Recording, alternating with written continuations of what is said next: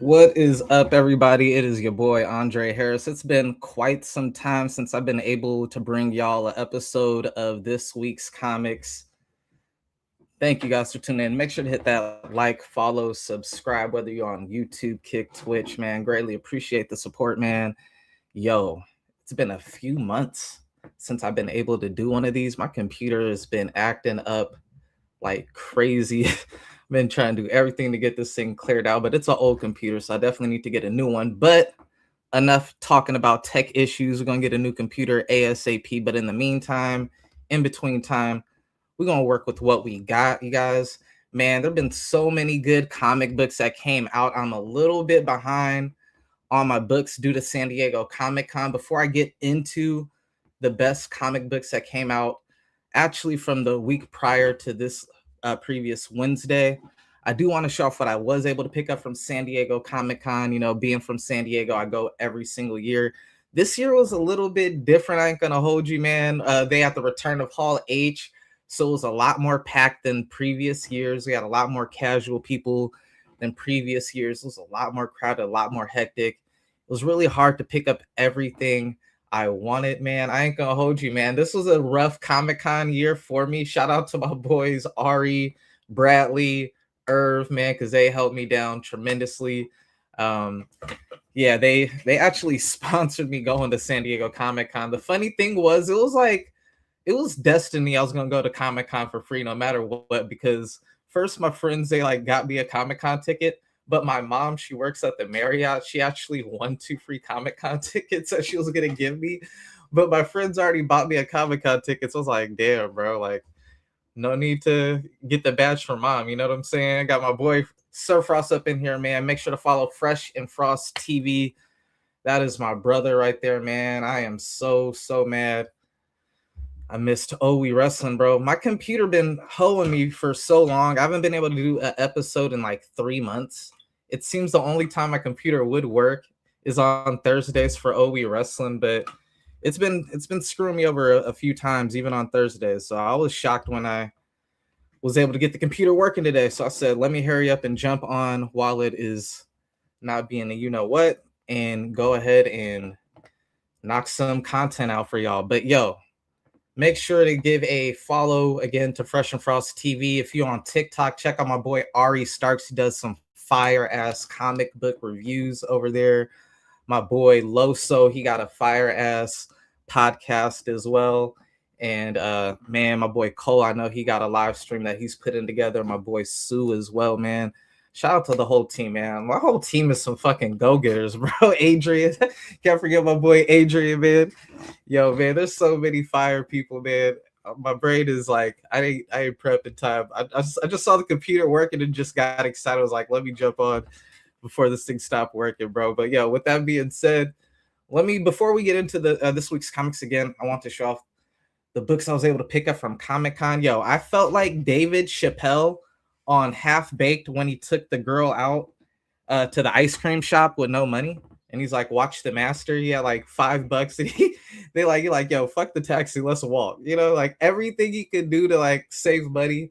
Bro, that was me the first 3 days of Comic-Con, bro. I was really on such a crazy budget. I had like $400 the first 3 days to work with.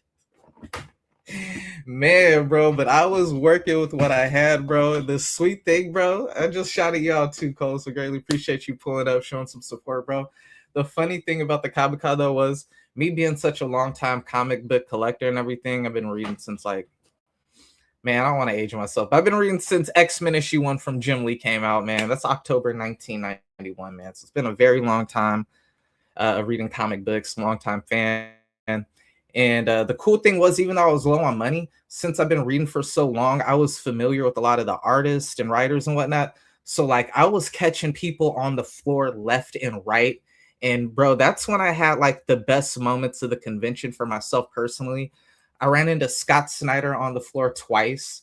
And it was funny because, like, both times I ran into him were around, we're close to the Felix comic art booth, and there were like lines of people and no one said nothing to him. I was like, I know you guys know who the heck Scott Snyder is. I don't know if people were intimidated or what it was, but nobody came up to him and said anything. I was like, screw that, bro. I'm going up to you. I know who you are, bro. And the funny thing about that was, like, I did some prep prior to going to Comic Con. And by prep, like, not just like what booths and exclusives I was trying to hit, but there were two people in particular that I had like history with, that being Jim Lee and Scott Snyder. Like, going every year, like about 13 years back or something like that, I was the last in line for a Jim Lee autograph signing, and he actually signed that Batman poster for me. It's a painting, only one of 20. That thing's worth a couple $1,000 now, bro. But anyway, like, I ran into him. I was the last person in line, and he was like, you know what? I had on a Wolverine Omega Red shirt. He's like, damn, you got on like a shirt that I drew. I could tell you're like a hardcore fan and everything. Then I told him my backstory about, like the first time ever going to a comic book store, picking up X-Men issue 1, and that like broke me into comic books. And his run on X-Men was like pretty much my introduction into comic books. He's like, yo, he usually only did like a 5-book signing at this time. This is before he's raised his price drastically to like $100 or whatever it is a signing, or $80 at a signing. But at that time, I think it was like you just paid for like a ticket or a little badge, and then you got 5 books, right? But I was the last person in line, so he's like, whatever you got, I'll sign it. Bro, every year prior for like at least 10 years, I would always bring my Todd McFarlane and Jim Lee collection, because I have every Spider-Man from Todd McFarlane but the first 4 issues. And I have almost every Jim Lee X-Men issue. I probably think I do have every Jim Lee X-Men issue, but I brought like a majority of them. And so I broke out like 30, 40 books, and he signed all of them for free, bro, and gave me that poster. Like, yo, I could tell you're like one of my biggest fans, so I'm going to give you this limited edition poster. So I took a picture of that just to show Jim Lee, like, look, I still got that poster, bro. I still got your autographed books. I'm not a reseller or whatever. So that if I run into Jim Lee, I could show him that and hopefully get the hookup on some signatures. Unfortunately, I was unable to run into Jim Lee. I waited in line. I got in his line on time.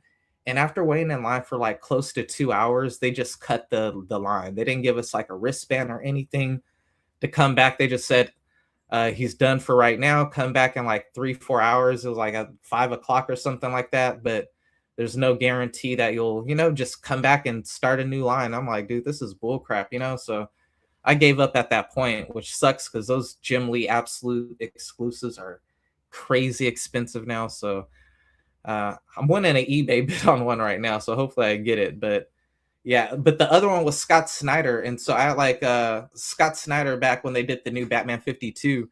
Him, Greg Capullo, the whole team was there at Comic-Con, and they all signed like 10 of my books. And I just like took like a video to show Scott Snyder. One of them's in my podcast in the background up there, but just to show him, like, look, bro, like, I still got that book from 13 years ago. Most people would have sold that book for like 500 to like $1,000 or whatever it's going for. With all those signatures, was the whole team signed that book. And I was just like, look, I still got these, bro. Like, I'm a hardcore fan. I'm not a retailer or whatnot, or a reseller. Like, and so he's like, bro, I dig that, bro. And he's like, I remember that. So he's like, do you have anything I could sign for you? And sure enough, while I didn't have a lot of money to work with, I did bring a few books, because the first couple of days I was shopping for my friends who paid for the ticket and getting what they wanted. But I did bring several books that I was hoping, like, if I run into these artists, I'll get them signed. So I broke out my first print Absolute Batman, and not only did he sign it, but he wrote like a cool ass message on there, and then he also gave me a free remark.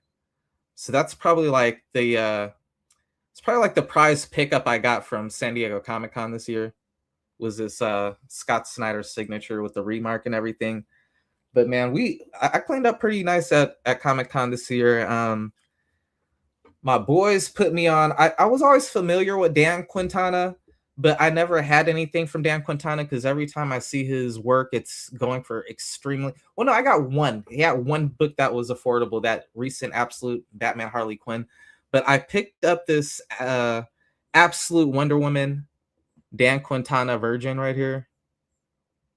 And man, my boys, I'm not gonna say how much, but they cleaned up off that Dan Quintana, bro. They sold like a Dan Quintana set for a nice penny. They made their money back just off the 3 Dan Quintana books, and they paid $400 for my tickets. So that, y'all do the math. They made their money back just off 3 Dan Quintana books signed, bro. So Dan Quintana, it's kind of hard to argue. Like, I'm not gonna say he's one of my favorite artists, but he's not my number one. But as far as like the artists right now, like who's the hottest artist in the game, I would have to say it's either going to be Dan Quintana, just based off of what people are paying for his books and signatures, and especially being a newer artist, it's more impressive because like you could have a Jim Lee or a Todd McFarlane or a Rob Liefeld, Mark Silvestri, J. Scott Campbell, Joe Maradia, Arthur Adams, you know what I'm saying, Frank Miller, you know, a big OG in the game, Eric Larson type, Alex Ross. You can have one of them, and they've been around for so long that it makes sense their books being super pricey and whatnot. But when you have a new guy like Dan Quintana come out and their books are going for $200 for a book that costs $4, and then a signature, which is like another $30 to $34, and it's going for $200, bro, like that says a lot. Same thing with Clayman. And that's so frustrating to me. Clayman in particular is more frustrating than Dan Quintana. Like, Clayman got a sick ass art style. It isn't as realistic, hyper realistic as Dan Quintana's, but he got a sick ass style. But what bugs me about him is I got almost his entire run on Gambit, and those books are like $3 to $5. But he'll do a Batman cover and they're going for like $250, $300, $400. Some of them, like, depending on like if it's signed and you know whatnot, $500 and shit, $1,000. So it's crazy that these newer artists have books that are selling for $1,000, anywhere from $250 to $1,000, and for new books, like books that ain't even been out for that long. I just really don't get it. Like, it's not been a key moment. It hasn't been animated. It hasn't been in a movie. Like, nothing other than there's a limited amount of copies of it due to it being like an exclusive through a specific type of retailer type of deal. But still, I just don't see how they're coming up with these pricings for some of these. But right now it's hot. The market is hot. So especially if you're not attached to comic books, now is the perfect time to invest, because comic books are being flipped at a insane price. So much so that I'm actually just opened up a comic book shop, and I'm working on getting my California seller's permit so that I don't have to pay taxes no more. But yo, another thing I picked up, another big one. This is probably the second biggest thing I picked up because of how hard and exclusive it was. I think there was only 250 copies. I cannot wait for my 4K Legend logo to get in the mail so I could put this one up in the background. But the Daniel Warren Johnson Chain Kata Ashcan, this book already, it was $30. This book's already going for like about $500-$600 without the SIG, I believe. And I was lucky enough to catch Daniel Warren Johnson and get the SIG. So this book's probably like around like $600-$700 right now, low. And it's definitely going to run up as time goes. It literally just came out. This book right here was like one of the biggest things you could get. Probably like the third hardest thing you could get at the con outside of the that Batman Shoe Palace. And there was maybe those absolute DC Batman cards. I ain't gonna hold you, bro. Freaking another thing picked up was this.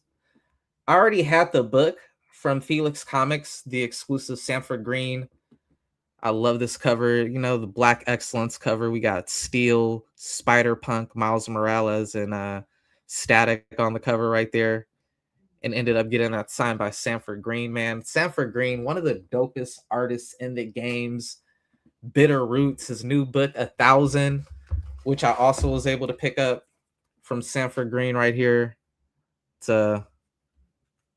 goes all the way around. Sanford Green, super sick. Did the SIG right there in the inside of the book, man. This dude's artwork is just, it's sick, bro. Sanford Green is just, and it's dope too that that one actually comes from like a webtoon, you know, so it's pretty sweet to see that. Speaking of Daniel Warren Johnson, I cleaned up on some Daniel Warren Johnson at Comic-Con. I had to pick up both his trade paperbacks for The Moon is Following Us, Volume 1 and Volume 2. I'm halfway through Volume 1. I got a lot of reading to catch up on, you guys. It is disgusting how much reading I got to catch up on. Also picked up Do a Powerbomb from Daniel Warren Johnson. This one right here is probably like my favorite book I'm going to read out of everything, just because it hits so close to home with me, being a huge time wrestling fan. Wrestling is like my first passion before anything, even comic books. Like my first memories are pro wrestling, and I'm actually working on a comic book that is similar to Do a Powerbomb, actually. You know, it's based on pro wrestling.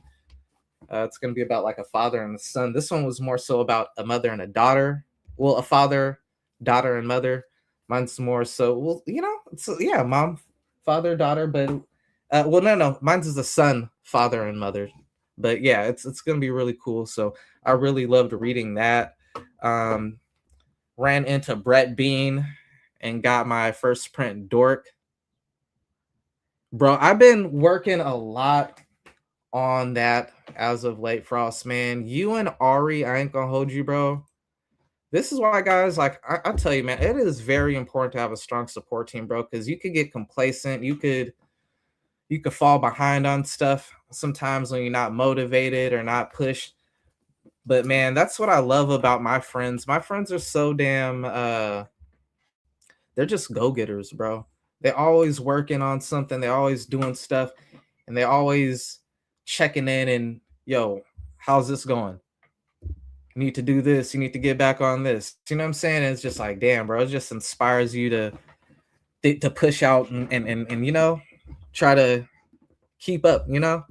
So salute to them, because they have really been helping me, motivate me to get more productive with the book, man. I've been doing a lot more storyboarding and drawing as of late. I need to get back on the writing side, but the drawing side is very much important too, especially coming from the art side. So to get back on the art side was cool, but yeah, I definitely need to get focused back on the writing, man. I just got so many things going on, you guys. I'm trying to co-host the wrestling podcast with my brother on his channel. Then I'm trying to do my comic book podcast on this channel. Then, you know, I'm working on a comic book. I got a comic book store. We're doing some business stuff on the side too, to get that into a legitimate business operation and everything. So it's just, I'm all over the place, you guys. But moving on, we also picked up from Daniel Warren Johnson, talking about being a pro wrestling fan. We picked up this Abolish Ice, Daniel Warren Johnson, Brody King. This is actually from last year, and I didn't pick it up last year. I picked up his other one last year, the Sam Keith inspired one. I wish I would have brought it to get signed, but you know, I don't think Dan Warren Johnson. Also picked up this Danhausen. Embarrassing, when I went to the booth that they were selling this at, they told me that it was from Dan Warren Johnson, so that when I went to Dan Warren Johnson's signing, that was one of the books I gave to him. He's like, I didn't do that, but I'll sign it. And I'm like, no, you didn't do it. Don't sign it, bro. I was like, no, no need to sign it. I got it. I got stuff for you to sign, bro. If you didn't do it, no need to sign it, bro. This was another one of the books I was really hyped to pick up because every time I've been trying to get this book for like close to like 6 months or so. Every time I would see it on eBay, like the lowest I would see it for is like about 150 to $100, and they had it at Comic Con for $40. And Daniel Warren Johnson was there to sign it for like $20 or $15. Yeah, I think it was $15. So I was like, oh yeah, I'm picking that up. Oh no, he was $10, I believe. I think it was $10 for Daniel Warren Johnson. So yeah, I was like, I gotta pick that up, add that to the collection. Definitely gonna go up on the back of my wall as soon as this pod's over. Some of these I was just waiting to do the pod before I put them on the back of the wall. I cannot wait to get my little chain kata so I could throw that one on the back of the wall. That's definitely going on the wall. Another pickup was from Scott Snyder and Dan Warren Johnson. Got them both to sign that one. And this was another one where I ran into Scott Snyder the second day. After running into him, where he hooked me up with another remark. He's like, bro, you just keep bumping into me. He's like, no one else is saying nothing to me. Like, he's just walking around the floor and nobody's saying nothing to him, which is so baffling to me because he had by far the longest lines at the con for like an artist writer, which that in itself was amazing to me because for the longest time it's always been the artist with the longest lines at the con. So to see a writer as the person with the biggest line at the con, it's just like the writers are finally getting their just due, bro. Matt Tinian had an awesome line too for a writer, which was just really cool to see. Me coming from the art side predominantly, initially being an artist most of my life and my degree being in animation and everything, it was like I as I started to work on my own book, I gained a higher appreciation for the writer because I always felt like the artist was took precedence, but no, it really is like a 50-50 ordeal, you know, even though I do feel like the artist does have the harder job when it comes to like actually crafting the visuals. But man, that writing, especially when you're really trying to make sure there's no holes in the writing and whatnot, dude, it is I gotta give Scott Snyder his props, bro. Like the writers get just as much props as the artists. I gotta give them they do. Man, grabbed the wrong book because I have the first print, but I grabbed the first print foil instead. I wish I would have had brought my first print to get signed, but I did get this double sign from Dan Warren Johnson and Scott Snyder, and that's super dope for me because Scott Snyder definitely like my favorite writer, and Dan Warren Johnson, he is one of my favorite modern writers or artists. I'm sorry. It's hard for me to really break down like a favorite artist, just because coming from the art side, there's so many, and I'm a huge loyal person. So even if they were Scott Snyder, he does. It sounds very, very similar, man. Yo, his son is wilding. By the way, I don't know if you heard about his son. I don't know if you heard about Scott Snyder, Scott Steiner's son, man, being suspended for the first 6 games and practice ain't even over yet. Had to go into a little wrestling. Speaking of wrestling, though, Dan Warren Johnson, bro, be killing it with the wrestling covers, bro. I had to get my wrestling covers signed from him for the DCKO. We got the Falcon Arrow, Superman to Darkseid. We got the V Trigger Wonder Woman to the Joker. Camel's Clutch Harley Quinn to Lobo. Harley Quinn got no business beating up Lobo. I don't care what power up you try to give her. Batman with the steel chair. And then probably my favorite, Batman giving Superman a top rope superplex, man. Those Dan Warren Johnson, bro, he is fire, bro. Honestly, those wrestling put him really high up on my modern day artist list. If I had to break it down, it's too hard. It's too hard. Jim Lee is always going to be my favorite comic book artist of all time. He's the person who got me into comic books. He's the person who first inspired me to become an artist. Him and Todd McFarlane really and Sam Keith. Those three were like and Mark Silvestri, Art Adams too, for sure. Because those first two Marvel Universe trading card packs that I had, I had 92 and 93. 92 was all Art Adams. 93 was a mixture of everybody, but those Mark Silvestri in particular, that Wolverine jumping out the card, man, those hooked me. And the Sam Keith Wolverine team ups, oh my God, nobody draws Wolverine better than Sam Keith ever, bro. Rest in peace, the Sam Keith, creator of the Max Man. That was my guy, bro. Those team ups, his Ghost Riders, the Venoms, bro, the Cables, he drew. His art style was just so freaking sick. That's what I kind of see in Daniel Warren Johnson and a little bit of Sanford Green. Like Sanford Green and Dan Warren Johnson got pretty similar art styles to me. Two of my favorite artists of the modern era. Another ones I'd say Dan Mora is like the modern day Jim Lee for me. So he's really, really high up on my list. David Nakayama, John Jang. As far as cover artists, I'd probably say John Jang is my favorite cover artist, bro. Jang Gang in the motherfucking building, man. John Jang and David Nakayama. Those are my two guys when it comes to the covers. Sanford Green and Dan Warren Johnson, Dan Mora. That's probably like my starting five right there, bro. Got another Sanford Green. Amazing Spider-Man. We got the Infinity Gauntlet homage cover right there. That is sick as hell. We got that sign from Sanford Green. Cool ass dude, man. Sanford Green, man. Hooked me up also with this dope ass poster for I think it's Darkseid versus the World. That's coming out soon.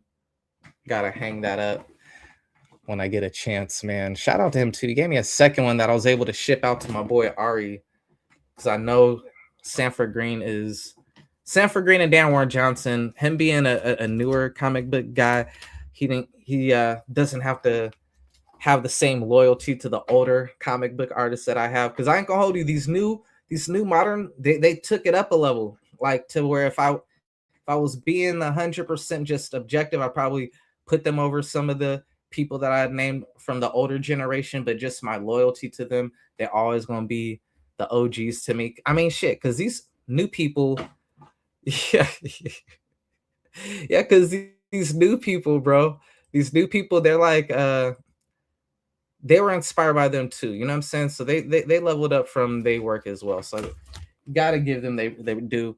Big shout out again to Bradley, bro, because Bradley and Irv, man, they had some connections. So Irv was connected to Sanford Green.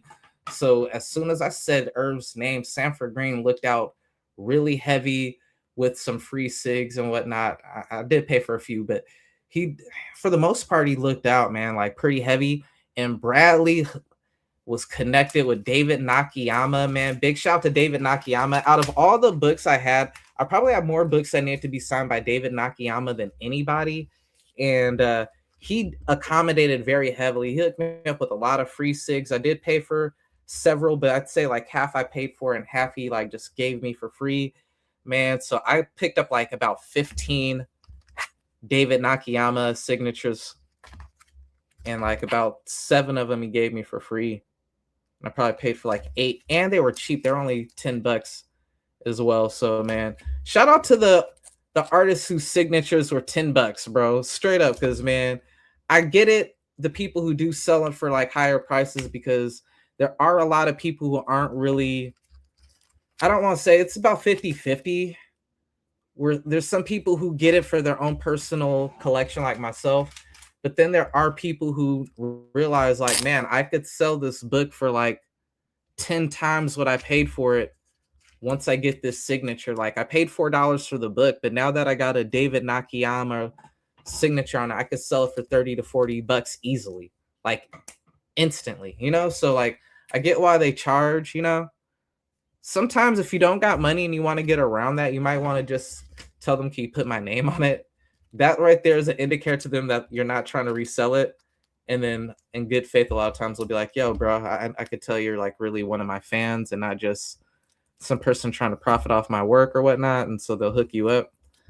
But sometimes just when talking to an artist, they could kind of catch a vibe of that and just they'll look out anyway.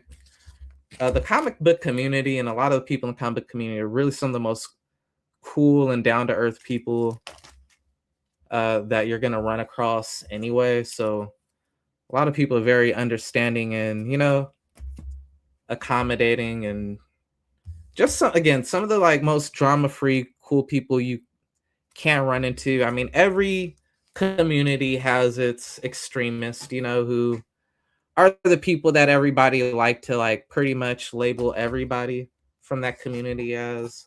So for comic books, it'd probably be like, you know, don't shower, awkward around females or some whatever the stereotypes are. But now for me personally, like a person who has a lot of different groups that they walk in from, like, the music, I have like a music group I hang out with. You got the 420 group, you got your hood group, you got your wrestling group, you got your art group. Like out of all the groups are probably like the most drama free. Some other things I picked up, man. Big shout out to Nick Dragotta, man. Nick Dragotta and Felix Comic Art, bro. Because one thing that did kind of rub me wrong, but I was lucky enough to communicate in a mature manner, was that I got to a Felix art line for Dragotta, and to be honest, it was my fault that I didn't make that line in the first place. Initially, because I was 4 minutes late. As soon as the door opened, I could have got there on time with no problem and got like all of my Nick Dragotta books signed. But man, my loyalty really is my dextrament sometimes. Meaning I went to the Chain Kata booth first. And this is after I already had gotten my copy of Chain Kata and it signed the day prior. But I wanted so badly to pick up a copy for my friend Ari because I know Daniel Warren Johnson and Sanford Green are his two favorite artists. So I was trying so hard to get that Daniel Warren Johnson Chain Kata for him that I went to that line before, and I knew the Nick Dragotta, I knew it was going to be a long line and everything, but I was like, man, if I could get that Chain Kata, I just knew there was such a limited amount of them. I was like, man, if I could get that Chain Kata for my boy, I'll be so happy. So I went to that line first, waited in that line for like 3-4 minutes, and then they said it's sold out. So then I go to the Felix line, like, oh, it's only 4 minutes. Like, I should be able to make the line. And the line wasn't even that long. It was one line of like 25 people, and they say the line's capped. And I'm like, bro, are you kidding me? So I go up to Nick Dragotta, and I'm like, excuse me, sir, like, are you going to be doing any more signings today? And he's like, I got one more signing, but to be honest, I don't think you're going to be able to make it, bro, because it's at that DC booth, and they're like really like policing that booth hard, which they were. The worst security, all con, because that's the same booth that was selling the DC Batman Shoe Palace collab. And they were treating that job like day on next Friday, top flight security, bro. The rudest, meanest security of the entire con, bro. It was just impossible to get Alice, and they just nasty. So he's like, you know what? If you run into me, just pull me to the side and I'll sign a few things for you, you know? So oddly enough, I just felt like something was wrong with that line. So I took a picture of the last person. I took a video of the last person. I'm like, this is the last person in line, bro. They're telling me there's no more time for anybody and anything. So like, I'm just recording this just to show the time I was here and whatnot. Because I feel like they're going to open the line back up and let 100 people back in line as soon as I leave. And I'm going to feel like discriminated, bro. And if I don't get anything, it's fine. But I am going to post this on my podcast and just show people how Felix Comic Art and how their staff treat their people, you know? And surely enough, I leave for like 5 minutes. I come back. There's like 2 new lines of like 100 people damn near in the line. And they cap the line again, like half of that line. They push everybody away. And so like, yeah, the time is up. This time we can't reopen up the line or whatnot because due to time constraints. So there was some other guy. He's going back and forth with like the guy at the end of the line who got the cool ass dude from the East Coast, had on like a Mets hat, whatnot. Hella East Coast dude, I don't know if he was from New York or Jersey, but he was hella East Coast, was not having none of this guy's lip. You know what I'm saying? But I was feeling the guy who was like being frustrated because I was in the same predicament. So I was like, you know, I'm not even about to do that. I go to the other guy at the very front of the line, who's like the main head security guy, and I just show him a video. I'm like, excuse me, sir, I don't want to be rude or nothing, but yo, I got here like 4 minutes when the doors open. There were like 20 people, 25 people at most in line. I just filmed a video because I felt like this isn't the end of the line. I felt like y'all were just, I don't know, like in a bad mood or something. I don't know what it was, but you guys just decided to do that to us, you know? And he's like, you know what? We were in a bad mood, bro, because we didn't feel like doing a second line, and we didn't feel like dealing with people at that moment. It was too early and everything, bro. Go ahead, you're the last person in line. So I'm like, cool, bro. So I was thinking, all right, I'm gonna get my Dragoda sign, but the time ran out, just like the Jim Lee. But unlike the Jim Lee signing, for the last few people in line, because like about 15, 20 of us, Nick Dragoda was cool. Was like, yo, I can't do everything, but to compensate, I'll give y'all 2 free signatures a piece. So I was able to get that Absolute Batman 1. Obviously, I was like, yeah, I gotta get that to be one of them. So not only did I get Scott Snyder, I got Dragoda's signature right there on that first print. And man, the second one I got him to sign, because I only could get 2. I had him sign the first appearance cover A of the Joker on Absolute Batman. Him and Scott Snyder on that one. So those are my 2 Nick Dragoda, man. And again, bro, damn, I wish I was a selfish person, bro. Ari, you really don't know how good of a friend you got, bro. I literally missed the first 3 days of Comic-Con already because I only had $400, and I spent like 100 of the bucks I had on some stuff that I thought were going to be picked up from my purchasers. So I really only had $300 to work with. And the day I had money was that day for the Nick Dragoda stuff, but I still prioritized my friends before myself, and it cost me, but at least I got 2 free Nick Dragoda. But damn, if I could have got Nick Dragoda on all my Absolute Batman, holy moly, that would have just upped the value on my collection insanely. But moving on, Scott Snyder, cool ass dude, bro. Really made the Comic-Con for me this year. He hooked me up with so many different signatures. Got my big time collectible exclusive Absolute Batman comic book signed from him as well. So yeah, this year was like the year of signatures for me, bro. Like usually it would be like just picking up back issues or Funko. Every year it's a different kind of theme for me. Sometimes it's like picking up Mask, and other times it's like a specific artist or whatnot. Picked up this Absolute Batman Trinity. This one I actually picked up for my sister initially. She was gonna resell it. Ended up reselling it to me. She didn't want to wait for the eBay. So she's like, yo, I'll just sell you everything I got for 200. I'm like, all right, fuck it. Another Felix sketch art right there. This came from out of a blind bag. I got 2 blind bags on the 5 days I went, and I got a second one, and I could have flipped them again, but I'm not a reseller. I'm starting it now. I'm gonna start reselling some stuff, but at that moment I couldn't help it. I wanted those Absolute Batman cover designs so bad that I opened them up. I ended up getting 2 of these. So you know, the same friend that I missed the Nick Dragoda signing for to try to get him a chain kata, I just blessed him with one like on a care package because I already had some stuff out to send him. So I was like, let me go ahead and just send him the second copy. I could have sold it online for like 40, $50 easy, but I'm not a greedy person.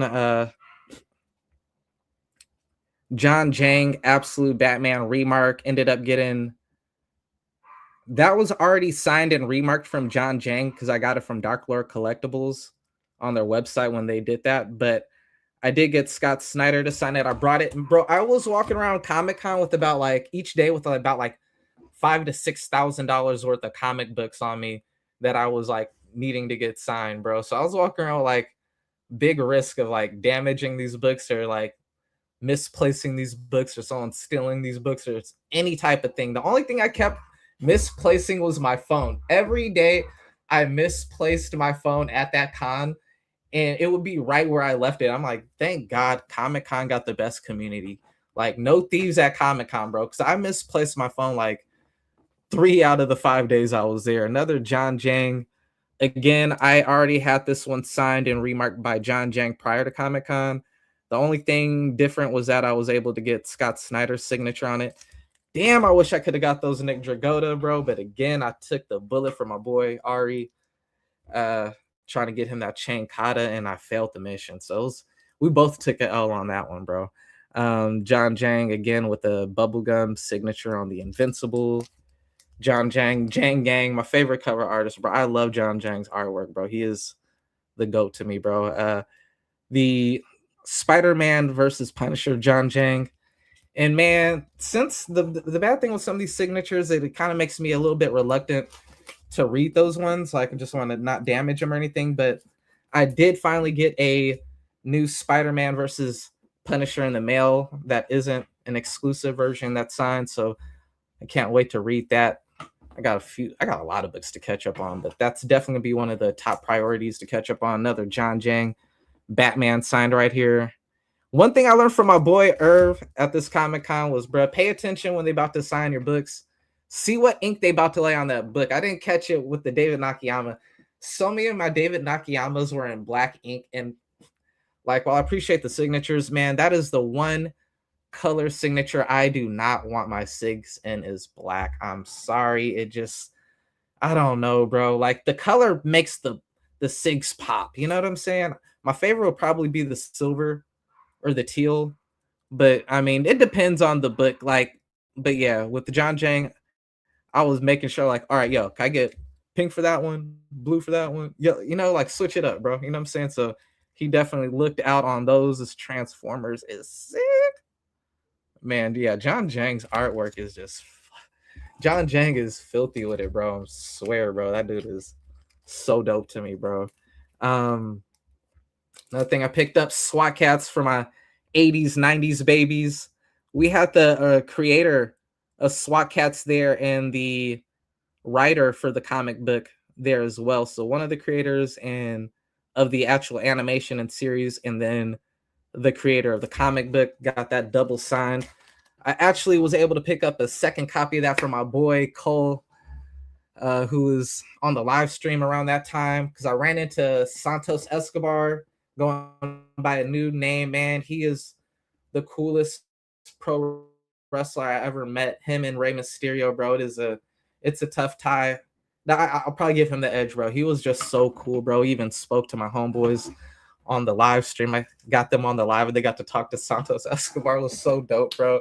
So yeah, but my boy Cole was on the live stream with me around the time I ran into the SWAT Cats booth. He's like, yo, get me one of those. So I definitely pulled him up one of those.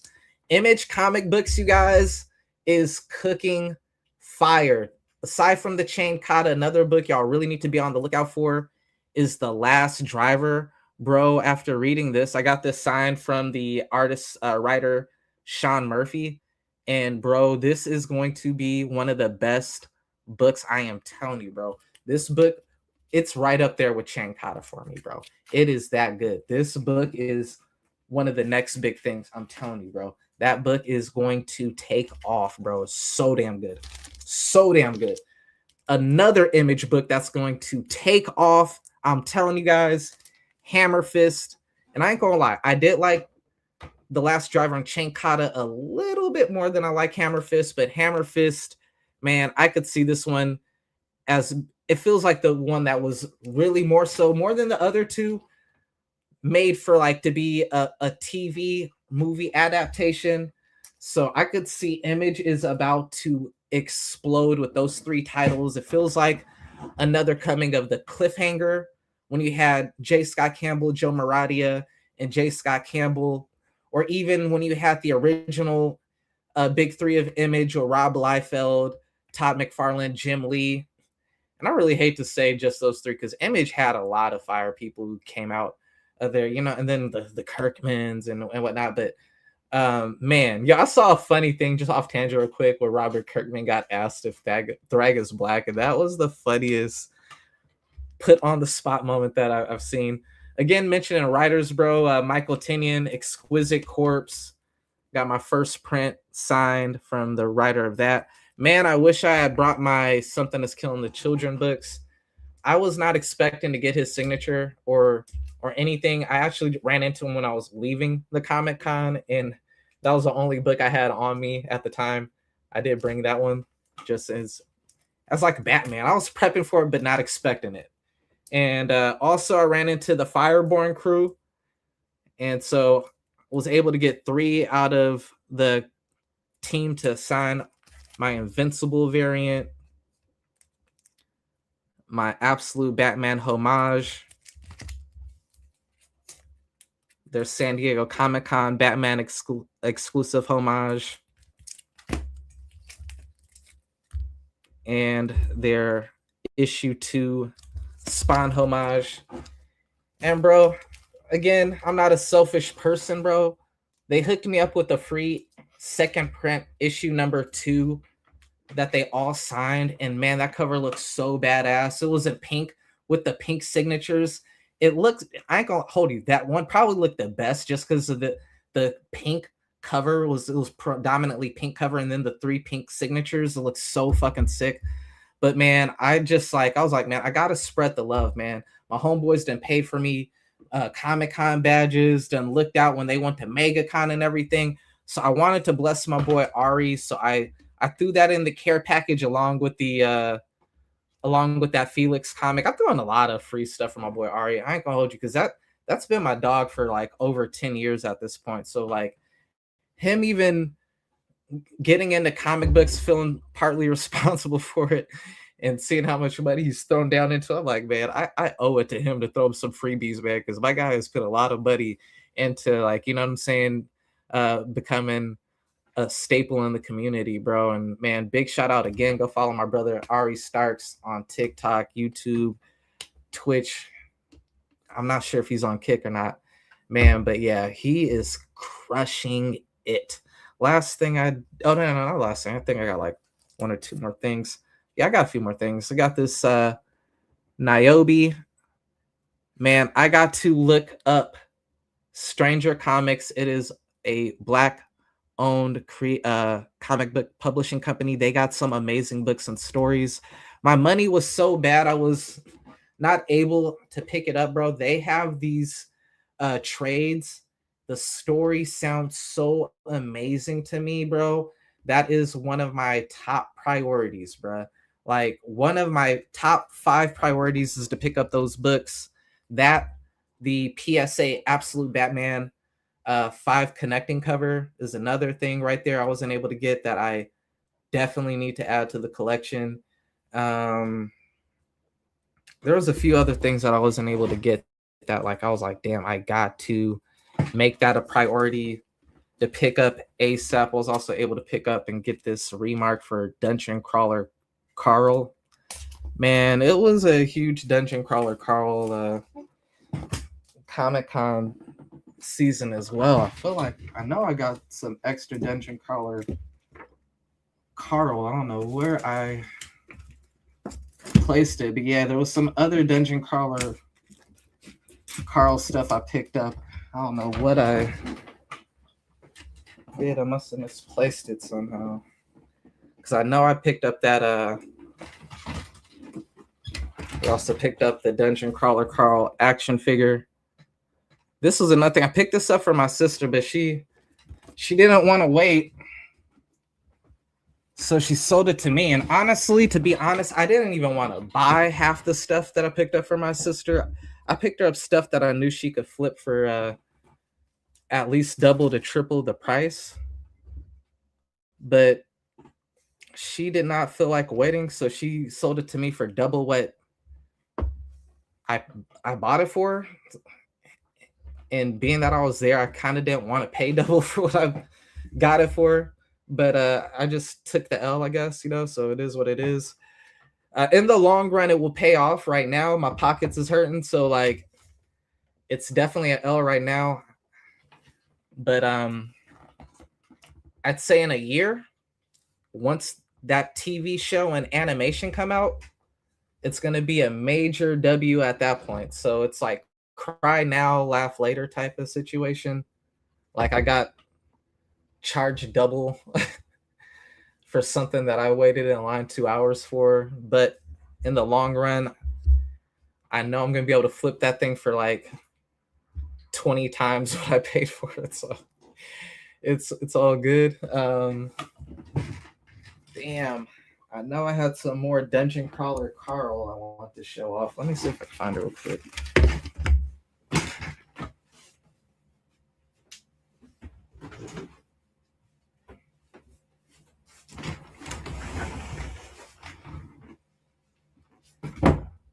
Nope, it's not in there. Okay.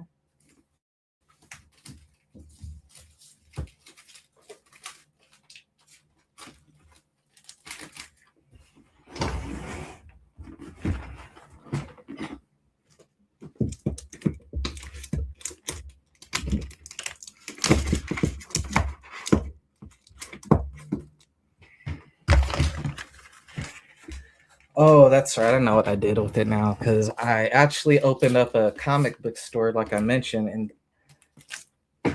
I put those on the shop. So since they're on the shop, I put them away for until somebody purchases them. But this is the last of the stuff I was actually able to pick up. So we picked up a Absolute Batman. This is for sale right now on my Whatnot 5-star Pod Splash. If you guys got a Whatnot, you could go on 5-star Pod Splash, and these are for sale. These next few books I'm about to show you. If you're a Dungeon Crawler Carl fan, you could pick this up on 5-star Pod Splash right now. This is so exclusive, this book right now, and you are not going to find it for a cheaper price than what I got it for on 5-star Pod Splash. I believe I got that at like 60 or 70 bucks on there right now, which is a steal because this book is so limited, bro, and you will hardly see any for sale on eBay. But what you do see them on sale on eBay is about 20 to 30 bucks more than what I got it for on Whatnot currently. So I highly recommend picking it up from 5-star Pod Splash on Whatnot. Another book for sale on 5-star Pod Splash, another Dungeon Crawler Carl, Absolute Batman second print homage. We also got the Dungeon Crawler Carl, Absolute Batman first print black and white homage. And we got the Invincible foil Dungeon Crawler Carl. This book right here is going for like 150 to 200 bucks on eBay. I got that for a nice price for y'all right now. About like 125, you could get that book off me, and that is a steal compared to everywhere else. That's about $50 less than you could get it anywhere else. This book is going for $200 on eBay, bro. I'm selling it for $150 on Whatnot right now. That's $50 less than what you're gonna get, and that's like the cheapest. $200 is the cheapest I'm seeing it for on eBay, bro. If I've seen this book on Whatnot when they do auctions, no bullshit, this thing's been going for about $250 to $300. That's half the price. $150 is a steal. So you could go over there, pick that up as well. I also got this Gork Demore Popeye for sale on the shop as well. Currently, another art book. I forget who this one is from, but that one is sick as well. Also on the shop, if you're a Star Wars Darth Vader, this book is only limited to 25. And I believe it is it signed? No, it's not signed, but it does come with the COA from RZP. We also got a limited edition Guardians of the Galaxy for sale on the shop. Only 1,000 of these. That one is probably the cheapest book I got currently on there. And then also picked this up again. Bought this for my sister. She sold it to me for double what I paid it for, but I'm not charging you double what I paid. I'm actually taking a loss on this one. I picked it up at Comic-Con for 20. She sold it to me for 40. I'm giving it to you for what I bought it for at Comic-Con. That's 20. I'm basically getting back the $20 extra that she charged me for. I'm breaking even on it. So yo, those are all for sale on the Whatnot currently. More books will be getting added to the shop in the upcoming days and weeks. And we also got the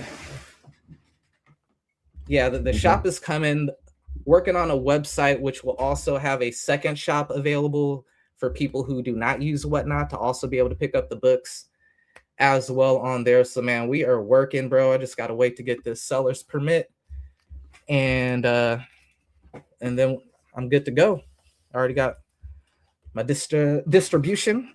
They're just waiting for me to give them that seller's permit number, and then I will officially be a comic book store, like legitimate comic book store on the side as well. So we are working on that. So that was everything for San Diego Comic-Con. It was a really cool Comic-Con. There were some things I didn't like, the security being one, the line caps cutting off and then reconnecting. But for overall, it was a really good experience. Great exercise, great people, great community, a lot of inspiration, bro. So much inspiration, bro. It's got me. Well, I've been drawing a lot, even before Comic-Con, more so than other years where I only would get like inspired about the month before and then the month after Comic-Con, you know. But now my friends have been really keeping me working and get productive. Slow, but you know, I'm like the tortoise, you know. Slow, but slow wins the race sometimes, you know. So with that said, you know, normally I would just cut off, but man, my computer's so bad. I don't know when this thing is gonna work again.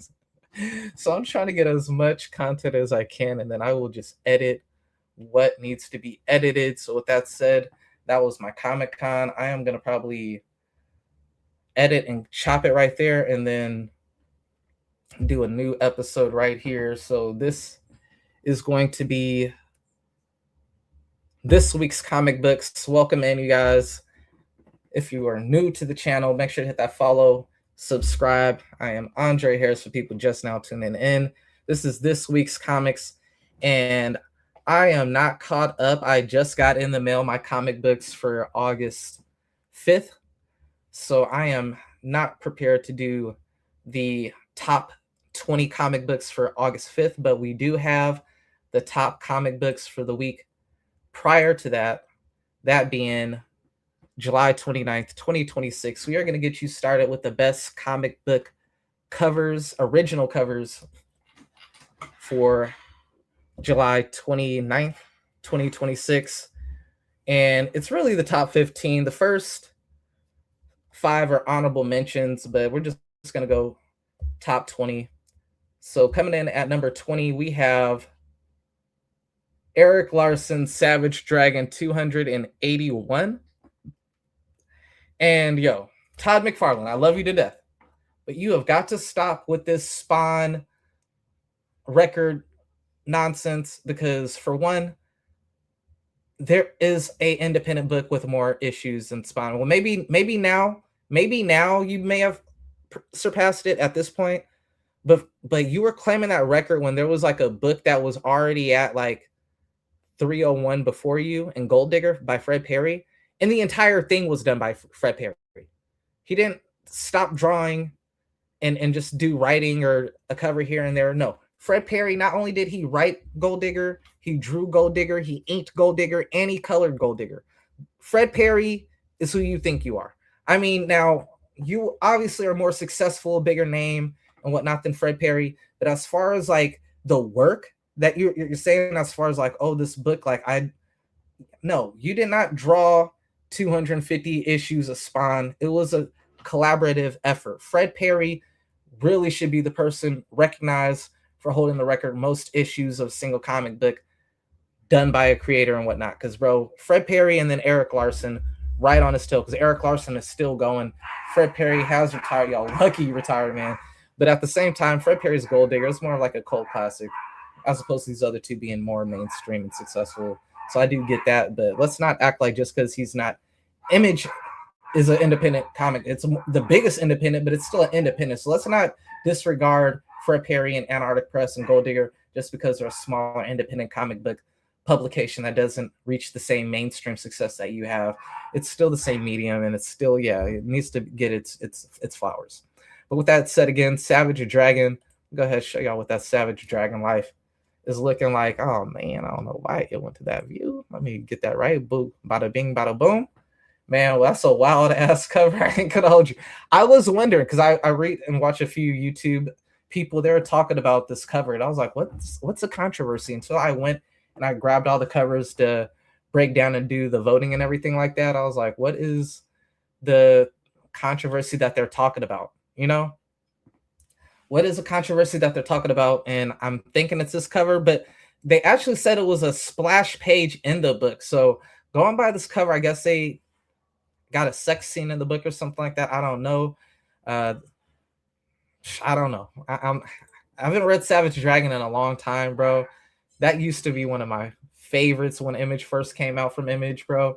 But yeah, it's been quite some time with Savage Dragon, bro. That's one of the ones you're gonna have to pick up the compendiums for to truly get caught up on everything, because there's just so many issues at this point. It's not one you could single issue pick up and catch up on.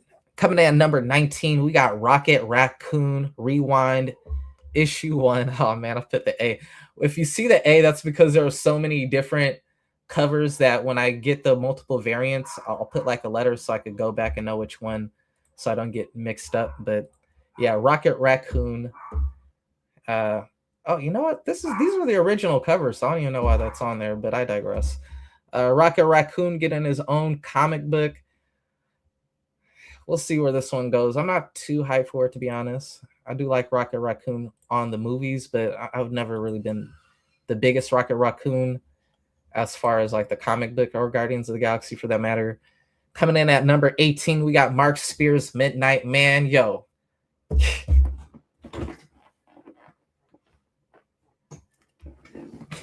Mark Spears is the man. And yo, I ain't gonna hold you. Last year was the year of Mark Spears. Mark Spears revived the horror genre last year's, man. And oddly enough, Midnight Man, you are my guy, bro. Because Midnight Man is the catalyst for several things, bro. It was the issue of monsters with Midnight Man. Me and my boys, we be in these groups for battle rap, wrestling, hip hop. I was really like the only comic book guy in there. Like a couple of them were a little bit comic book, but they weren't like super heavy with it. I mean, maybe Cole, Sue a little bit. My boy Ari a little bit at that time, but not. He wasn't like really collecting. But he was familiar, but he wasn't really collecting at that point. But bro, I showed him this panel from Monsters with Midnight Man before Midnight Man got his own book, and he was just in Mark Spears Monsters, where he kills this kid. Yo, bro, like the kid thought he was like Superman coming to save him. He's like, nope, I'm not a good guy. Just drops this kid from the fucking air and kills him, right? I'm like, dog, they're killing little kids in these books now, bro. That was the one that cooked my boy. He was like, all right, bro, you got me with this one, bro. Next thing you know, my boy's doing podcasts with me. Now he's killing it on his own. He got a fire ass podcast he's doing as well, bro. Salute to my brother Ari, bro. But Midnight Man was the introduction that really like sold my boy on the comic books. That was the final nail in the coffin that got me my boy, which was perfect because him being such a podcaster, he's the one who inspired me to podcast originally. Really, my boy Dustin was, but at the time, me and my boy Dustin were like doing thumbnails and timestamps for our boy Ari, and my boy Dustin like, yo, we should do our own podcast on the side when we're not doing thumbnails and, you know, like graphic art and timestamps for our boy Ari and Loso at that time, who were doing a podcast. So we all inspire each other and, you know, help each other out and whatnot. So like, anyway, the Midnight Man, branching him into comics, just like now we're like two peas in a pot, bro. Like we both like wrestling, battle rap, and comic books. We were literally, all he got to do is like anime, and I swear that's like my twin, bro. But fucking him being such a networker and podcast and everything, he introduced me to Bradley and Irv, which helped me even get into Comic-Con this year. So it's just been a major blessing, and them getting into MegaCon and hooking me up when not being able to make it out to MegaCon, they were able to look out and felt like I was at MegaCon without even having to go, bro. So whenever I see Midnight, man, I'm just like, he holds a special place in my heart because it just like gave me like a new group of friends. Like Ari's always gonna be my friend, and long before comic books, we were friends. But like, he's introduced me to even more friends. You know what I'm saying, in the comic community. So it's just dope, man. So shout out to Midnight, man. You making me friends, Midnight, man. And coming in number 17, we got Black Star. I love to see the independent comic books and independent artists on these lists, bro. Cause man, I'm an independent comic book writer and artist, bro. So it lets me know, like, bro, we could compete and we could, like, just because I don't work at Marvel or DC doesn't take away from it, doesn't at all, bro. We all in the same field. We all breathe the same air. You know what I'm saying? We all share the same space, bro. So it's just motivating. And a lot of times these independent as of late been killing it, dude. Like they are beating piss down Marvel's legs. I hate to say it. Marvel really right now, and being a guy who came from Marvel, it sucks to see Marvel's probably like in the comic book medium, because their media, the movies is really keeping them number one, but because of how big that revenue is. But in the comic book medium, they are really getting their butts handed to them by damn near everybody at this point, and they really need to step it up. They're slowly starting to get there, but they still got some ways to go. Number 16 on the list, really, this would be honorable mention. Number 1, we got Bishop, issue number 2. Bishop, growing up, was one of my favorite X-Men, so it's really dope to see Bishop getting his own series. I wish it was a long series, but it's another one of those short series. That's one of the things that's really hurting y'all, Marvel. Like, you keep doing these short series for like 6 to 12 issues, bro. That really drives people away, I feel, bro. Like, what's the point of buying a book if I know it's gonna end like just as soon as I pick it up? You know, like there's no longevity to it. So like, I don't see, like, how do I know this book's gonna even be worth a damn or be worth anything when like you're just gonna boot again and again and again and again. Like, bro, just have a meeting, do one hard reset, and lock down what books you are gonna do for like an ongoing, and then stick with it, bro, for like 10 years, bro. No reboot on a series. After a book has a series, there should not be a reboot on it for at least 10 years, bro. A whole decade needs to be at least put into that book before y'all do a reboot. At least 100 issues before you do a reboot, bro. And even that is insulting to the fans, bro. Like, you're like basically saying like, oh, they won't pick it up because it isn't issue number 1. Bro, you are training your people to do that. And then it's only good for the first issue. After that, they're programmed to drop off. So stop doing that, bro. It is not paying off for you. Coming in number 15, we got DC Hawkgirl Summer Special. And yeah, that cover right there. I love that art style right there. It kind of reminds me of Kari Andrews. I don't think this is Kari Andrews on this one. But yeah, I really do love the art on this one right here. That stylization is really sweet to me. I love it. Coming in number 14, we got, I told you all about Jang Gang, but we also got Mac Gang in the building. David Mother effing Mac, your boy, with the Alias Red Band issue number 5, man. David Mack's covers be slapping, bro. I love David Mack's covers, bro. His watercolor work, bro, be killing it, bro. I ran into David Mack at freaking San Diego Comic-Con, bro. I was so, man, this was the worst Comic-Con from a financial standpoint, bro, because I wish I could have threw some money at David Mack.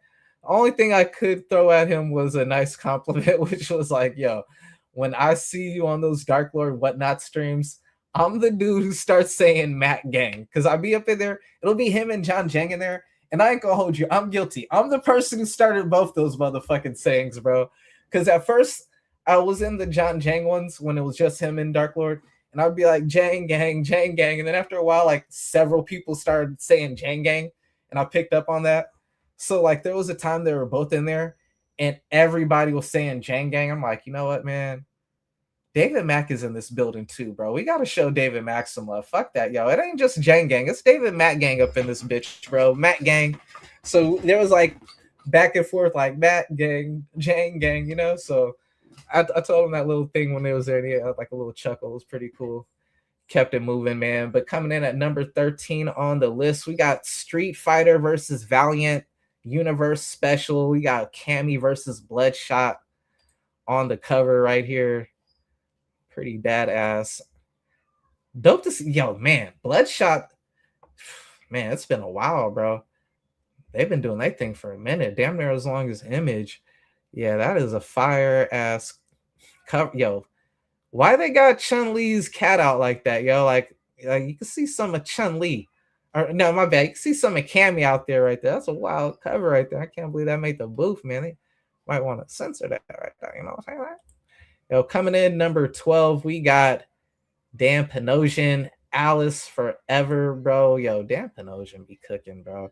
His line art, bro, and like the little thin lines, the detail in his lines is fire, bro. I love all the line work he does in his artwork, bro. It's so sick, bro. Got the rabbit from Alice in Wonderland up in there just chilling on his shit, chilling. Vic and Back being both. Now we got coming in at number 11, we got the Toxic Avenger Comics issue number 10. Toxic Avengers always got some dope covers, bro. I ain't gonna hold you, bro. I'm so far behind in my books, man. A big part of that was the Invincible compendiums. Biggest regret in my comic book collecting life is not picking up those Invincibles back in the day. The single issues, that is, bro, because I remember when it first came out, bro. And I mean, I was younger back then, so like I couldn't afford to just pick up every book on the shelf that I wanted.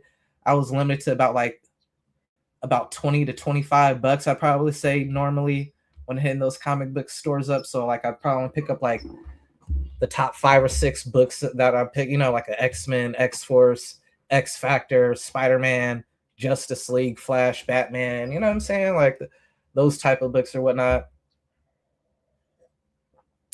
Probably work because there's so many spots. There's too many, honestly, but those are like the main ones. So I couldn't pick up everything, but I would always see those Invincibles and I'd be like, yo, the artwork is sick. But I never picked it up. I don't know what it was. It was like a weird, like sick joke in my head or something. Because I always would see and be like, yo, that art is dope, bro. But I never gave it a chance until watching the animation. Man, that was the biggest mistake in my life. Because those single issues are impossible now. They're all expensive to a point that I just can't do it. Coming in at number 10, probably the second biggest regret in my comic book collecting life is not grabbing my grandfather's Conan the Barbarian collection. When I went up to Virginia to visit my dad and his side of the family, my granddad had a long box of all the old Conan from back in like the 70s. And he's like, you want these? And I was like, nah, I'm more of like a Marvel DC guy. And he's like, man, he's like, I gave away my Superman first issue to my mailman who's like been my mailman for like over like 10 years or some shit like that. I forgot how many years it was. He's like, but if I would have known you were in the comic books, I would have saved it for you. I was like, damn, bro, I wish you didn't even tell me that, bro. I don't want to hear this. But yeah, he offered me the Conan the Barbarian as like some type of consolation. I was like, I don't want that shit, bro. You just told me you gave away like your Superman collection, but you want to give me this freaking Conan? Like, I don't want no Conan, bro. But man, yeah, at that time I was bugging. I was only in the 9th grade going into the 10th grade summer. I was bugging that year. But coming in at number 9 on the list, these again are the best original covers for July 29th of 2026. We got Doom Quest issue number 3. Dr. Doom Returns, bro. Man, so many short. We had the I'm forgetting the name of that. There's been so many short Dr. Dooms as of late, bro. Like, could we just get one long ongoing series, please, for the love of God? Honestly, these old school covers like this of like the American flag, usually they're like the calendar ones. I'm not really a big fan of, but this one I just couldn't deny it. This one's clean, bro. Dr. Doom though, like that's a wild cover to me. Kind of makes him look noble or something. Coming at number 8 on the list, we got Justice League Night Vision special issue number 1. And I could appreciate DC. Like we telling you, like, look, bro, this is just one and done. Pick it up if you want. Justice League Night Special. Kind of curious. Oh, all right. Batman, Lex Luthor teaming up. The artwork kind of reminds me of Dustin Nguyen. I know this isn't Dustin Nguyen on the cover, but it's a little bit reminds me of it. Just the background, feel like a little bit of watercolor mixed in there right there. But yeah, that's pretty sweet. Lex Luthor and Batman. You got evil Iron Man and martial arts Iron Man. Pretty much. Nah, bro. You got that's badass, bro. Batman, Lex Luthor team up. I'm all for that one, bro. Coming in number 7, best cover of the week, we got Batman Superman, World's Finest 2026 issue number 1. I believe this is the Take Your Father to Work Day cover. I don't think I even got this one in the mail yet. Oh, I don't think I ordered it. I need to get it. Dan Mora, again, that's like one of my favorite. Like for the current modern artist, probably like my number 1 favorite artist, Dan Mora. It just reminds me so much of Jim Lee, but in a different. It's different, but it just reminds me of Jim Lee. Like, and his output is second to none. Him or Mark Spears, as far as the output, bro, is insane. This guy is a machine. I've been doing a lot of art recently, and my style, while it's mainly been influenced over the years by predominantly at first Jim Lee, then it started to transition to like a Joe Maratti and then Fred Perry. Now it's starting to transition a little bit more into Dan Mora, the geometric style of the anatomy. I fell in love with it, and I've been trying to incorporate that more into like my art style.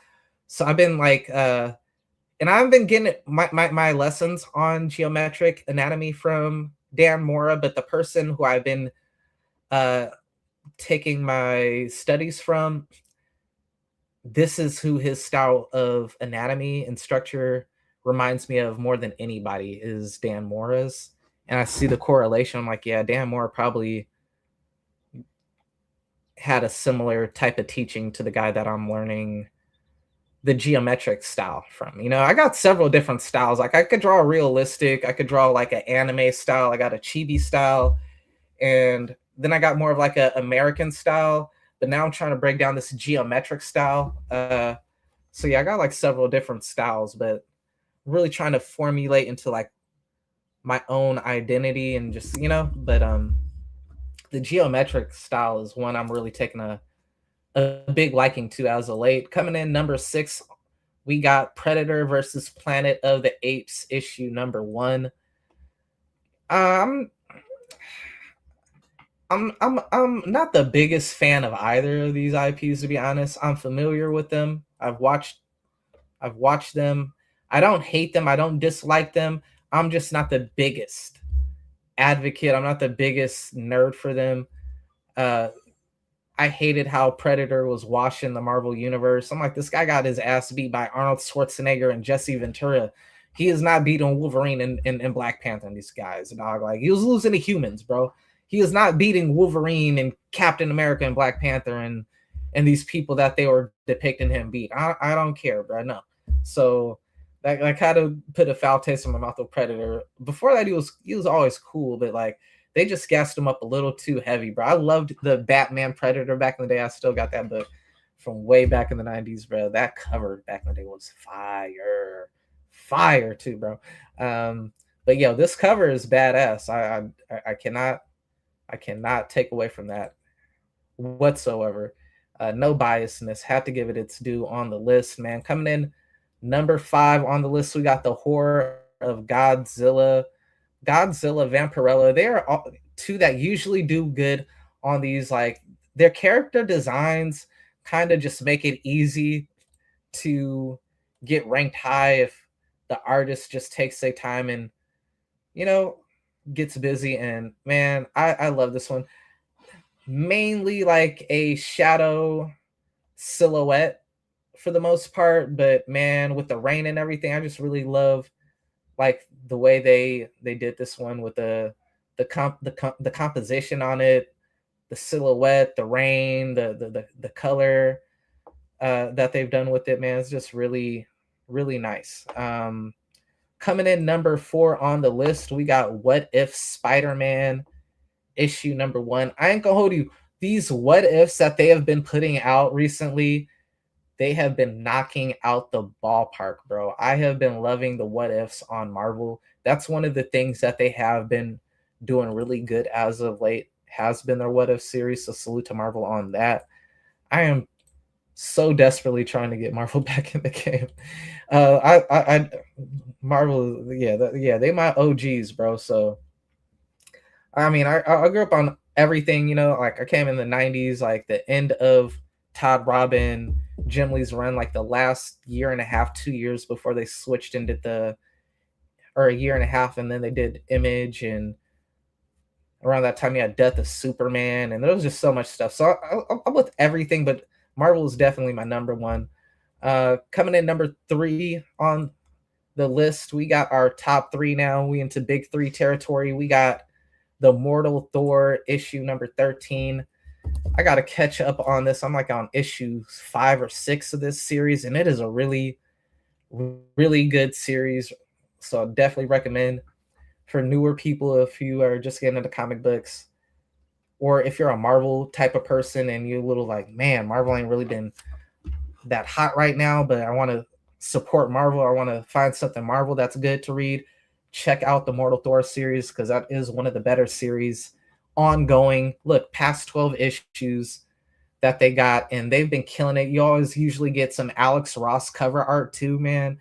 Anytime you could get Alex Ross cover art, bro, that is a win. So definitely want to pick that up when y'all can. The Mortal Thor, high on the list. We are getting into the runner-up for original best cover of the week, and this week that is going to go to Superman 2026 Annual Year 1000, issue number 1. Superman says, yo, put some respect on my name. We up in here. I forgot what this cover looks like, but pulling it up right now. Yeah, that cover is dope. I love the color work on this cover right here too, man. That cover slapping, bro. Another annual, this time Superman. Got Darkseid in the background. Yeah, this kind of remind me, not the art style, but the composition and the layout remind me of that Sanford Green poster I showed y'all. And now time for cover of the week for best original covers is going to go to Essentia issue number 35. Independent comic book creators stand up. I love to see it. An independent comic book with the best original cover of the week, bro. You know, I'm a huge anime fan as well, bro. So get the best of 2 worlds. You got that anime inspired artwork, and it's in comic book format, not a manga. It reads from left to right, front to back. And man, the mecha, the stylization, I just love this cover, bro. This cover is badass. The one thing though I will say, bro, I had picked up an Essentia Ronald McDonald cover that is just out of this world. I freaking love it. But man, the interior artwork I was not the biggest fan of. So it's one of those things like you're picking up for the cover and the cover only if you're a art enthusiast like myself, and like I'm more of both. Like, but like a story could be trash and have amazing artwork, and I'm more likely to pick it up than a book that has a good story but trash artwork. Like that doesn't mean that, because there are exceptions where like the story's so good that I will just say fuck it and pick it up, even though I don't like the art because the story's that good. But I'm more likely to not pick up a book with a good story and bad artwork than I am to pick up a book with amazing art but bad story. Because I'm primarily an artist. With that, let's get into the top 20 best variant covers. So the variants is usually harder to break down than the original covers, because man, for every original cover there's about 5 to 15 accompany variant covers, so it takes a little bit longer for me to do my breakdowns for this. But uh it took a while, but I was able to break it down to 20. It was not easy. Coming in at number 20, we have X-Men Outback issue number 2. This is like one of those. This remind me of those Marvel Rivals. Oh no. All right, I was thinking of a different cover. But yeah, we got this dope ass. Let me go back real quick. Take off that cover of the week. Boom. Yeah, this. I love this anime style.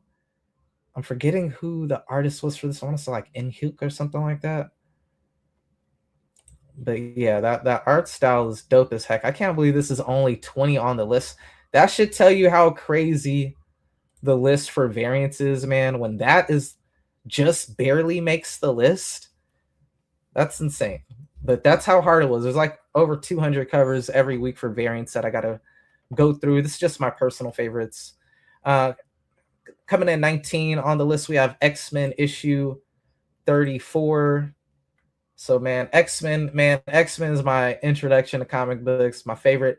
Funny thing, bro, I have almost every from the first volume, I have almost every single X-Men issue from Sauron's first appearance. So I believe that was X-Men issue 110, all the way until they did the reboot, bro. Like the first reboot. So I got like from X-Men Uncanny X-Men like 110 to like 350 something. Like it's insane.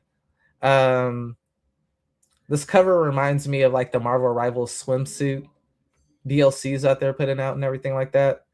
I don't know if this is Artgerm, but dope art, looks very realistic and whatnot.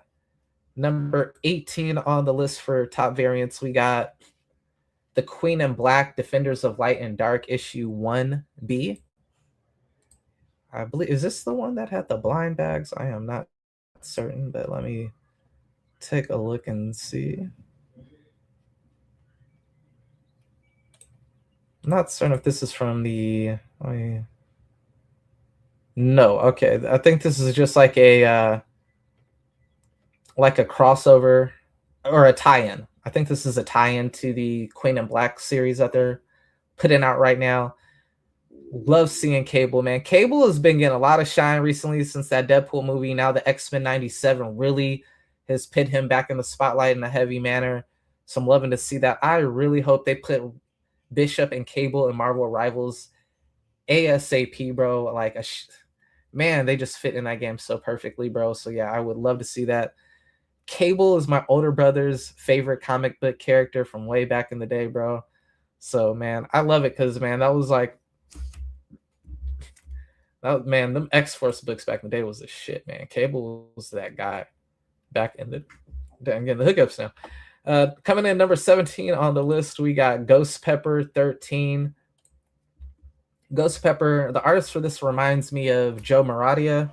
That's one of the biggest compliments I could give somebody because Joe Maradia is like top 3 comic book artists for me, like as far as influence back in the day, man. Like even over Todd McFarlane, I was more inspired by Joe Mad. Other than Jim Lee, Joe Mad was like my second, and then Fred Perry my third biggest influence in comic books, and then I'd say Todd McFarlane, Sam Keith. But yo, freaking Ghost Pepper, this is not usually the type of art style. This is from a variant from a different artist and usually does the style, but sick art nonetheless. Coming in number 16 on the list, we got Daredevil issue number 3, second print. And I love to see second, third, fourth, fifth, sixth, seventh. I can't even talk about second, third, fourth, fifth, sixth, seventh, eighth, ninth, 10th, whatever. I love to see that number print. That means the book sold out and we need more copies. Now, back in the day, that would be a bad thing because the more the books come out, the more the less the value would go. But now, like the way that this new market and fans are treating it, like No, it just means that first print is now worth a lot more because you got that first print. The second print is worth more once it gets to a third print. You know what I'm saying? And vice versa. So the more prints, the more value each of those prints goes up accordingly now, which is pretty cool as opposed to back in the day with the success of that initial Spawn, X-Men, Spider-Man, X-Force. They sold so much that their success ended up making those books not worth much because it was just a huge, they didn't classify it second print, third print, fourth print, you know, so people didn't really break it down as to like, oh well, this is a first print so it's worth this, and like no, it's just fell into a huge vacuum of a million copies, you know. So to see that comic books are selling out to that degree that we need more printed, I love to see it because man, for the longest was like, yo, the comic book industry's hurting.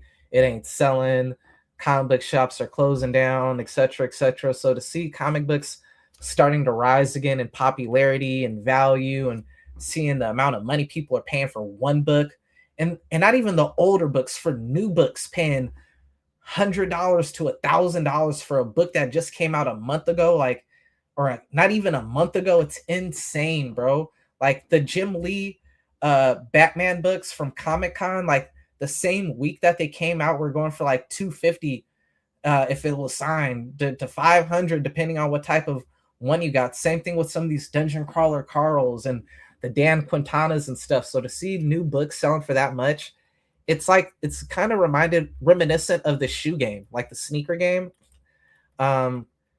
Some good and bad to that, but the fact that there's that much enthusiasm and that much money going around in the comic book industry right now, I love to see it, especially for a person who, again, my degree and my background is comic books and art, in particular animation. I love to see it because it gives me hope that when I finally do get my project out there, that maybe we can have a successful Kickstarter or maybe have a successful project, and you know, I could hopefully, you know, make enough money to, you know, get a few things I need to get taken care of, you know, and definitely need to get my dental worked on because I had a wild incident, got my tooth chipped, and man, that thing's gonna cost me some money to get it fixed, you know. So hopefully with the comic book project I could reallocate that money and to get in my chipped tooth replaced, you know, and some other things, just being completely transparent. Coming in number 14 on the list, we got X-Men Outback issue number 2, another X-Men book making the list, another version of that same comic book, X-Men Outback. This one right here featuring Storm with the fro, man. I love Storm with the fro, man. Honestly, after seeing Storm with the fro kind of looking like clouds and everything, like I prefer that over the straight hair Storm. Like, don't even give me straight hair Storm no more. Like Storm from Africa, bro. Like Storm is not, she is not straining her motherfucking shit, bro. She is not trying to, she is a goddess. Frost was goddess. She is not putting no perm in her hair. She is not trying to do that, all that. Nah. But yeah, that cover is badass right there. Coming in number 13 on the list, we got Queen in Black Hella issue number 1. Marvel, y'all really got to fix y'all blind bags. Do a test run next time before you do a blind bags. Y'all keep on sending over these damaged blind bags. I ain't gonna hold you. This is probably the hardest blind bag you could open, though. The Peach Momoko. Man, Peach Momoko, again, there's so many people. While I am inspired so much, I listed off my line art inspirations as far as like my color art inspiration, like people who I draw inspiration from when it comes to like coloring my characters and my artwork. For the longest time, it's been Jeffrey Chamba Cruz, who does like the Udon Mega Man covers. Do I got a Jeffrey Chamba? Damn, I thought I had a Jeffrey Chamba Cruz on me to show. But Peach Momoko, now that I'm starting to dabble into watercolors, I've been watching a few of her videos just so I could, you know, because I am completely a novice when it comes to watercolors. Like I did some digital coloring, that's different, but like for like freehand watercolors, Peach Momoko is a person I've been watching a bunch of her tutorials to try to learn myself how to paint like her. I love her painting style with the watercolors. So Peach Momoko, that is a badass hella right there. Coming in number 12 on the list, we got Shantae Swimsuit Special issue number 1. This is a heavy anime art style, but I really love it. I don't know if I'm not certain if I'm saying their name right. Rake or Reek, Reiq. I'm not certain if that's the artist for this, but if it's not, whoever did this, their art style reminds me of that artist. Man, I just love that anime art style. That is just anime to the freaking T, bro. Like the big eyes, the reverse triangle mouth, the little super small nose. This kind of reminds me of my art style, just more cleaned and polished. Just man, just beautiful, bro. Like trying to get my art to something similar to like more so Dan Mora style, but this kind of remind me of like more so when I'm leaning more towards into like my anime style more so than my American style of artwork. Nice cover though. It's probably the most gooner cover that's going to be on this list, honestly. Coming in at number 11, we got Superman 2026 Annual Year 1 1000 issue number 1. Another Superman 2026 Annual Year 1000, making the list just short of the top 10. I believe this is by Mark Spears. Let me pull it up so I can get a better look. Yes, sir. There goes that man again, Mark Spears, bro. Man, I wish Mark Spears was at San Diego Comic-Con. One of the people I want to see more than anybody at Comic-Con was Mark Spears, bro, because he's one of the people I never got to meet. Being there all the years of Comic-Con, I've pretty much met everybody that I wanted to see other than Frank Miller, Mark Spears. I still haven't gotten to see Robert Kirkman. I haven't gotten to talk to. I've seen visually, but I haven't gotten to talk to Robert Otley yet, Orion Otley, and Dan Mora. Those are the guys I really wanted to see, man. Mark Spears, he's just ushered in such a dope ass new era for the modern artist for me, bro. I love his artwork. It's just so sick, bro. Man, I want him to do more Marvel covers. That Captain America is so sick with the Avengers. Yeah, I definitely need him to do more stuff for Marvel because Marvel needs all the help they can get right now, bro. Coming in number 10, we're cracking the top 10 best variant covers of the week, starting with Justice League Night Vision Special Issue 1. And the C was just so I don't mix up which of the covers. Again, Mark Spears. Look at this guy. 2 in a row, man. Mark Spears be all over this week's comics best covers. Usually he's higher on the list. I ain't gonna hold you. He wins a lot of times, especially like last year. He was cleaning up a lot of times. A lot of artists have stepped it up. I ain't gonna hold you. Lex Luthor, Batman, dope ass Mark Spears cover right there.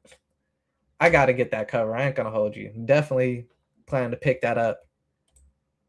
Coming in number 9 on the list, we got Conan the Barbarian issue number 33. Conan the Barbarian, Red Sonja, Vampirella, they always got badass covers, bruh. Like, they always are going to be...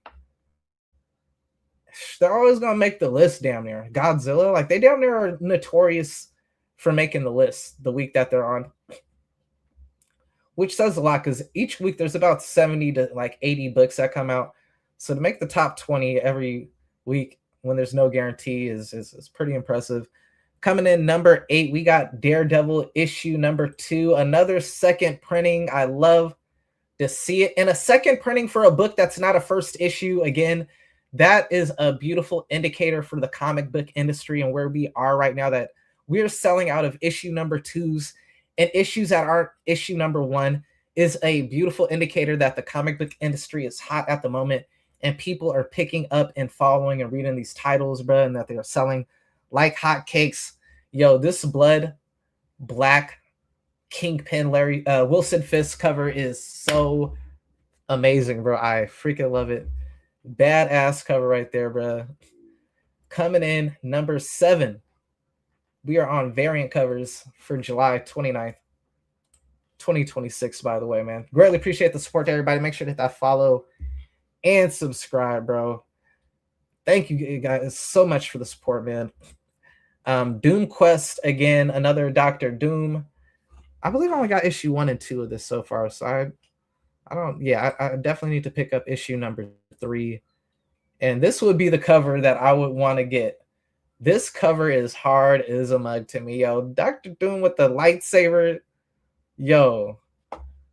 Darth Maul, watch out. Dr. Doom, yo, and he know magic too, bro. Like, Dr. Doom about to go intergalactic on motherfuckers up in this motherfucker. You know what I'm saying? Yo, man. Again, man, my brother Fresh and Frost TV, man. Always with the support, man. Make sure to check us out, man. I was so pissed off I missed Thursday, bro. I ain't gonna hold you. The other day, man, when I saw your message the other day, bro, I was with family. I couldn't do it, bro. But I did tune in for a little bit.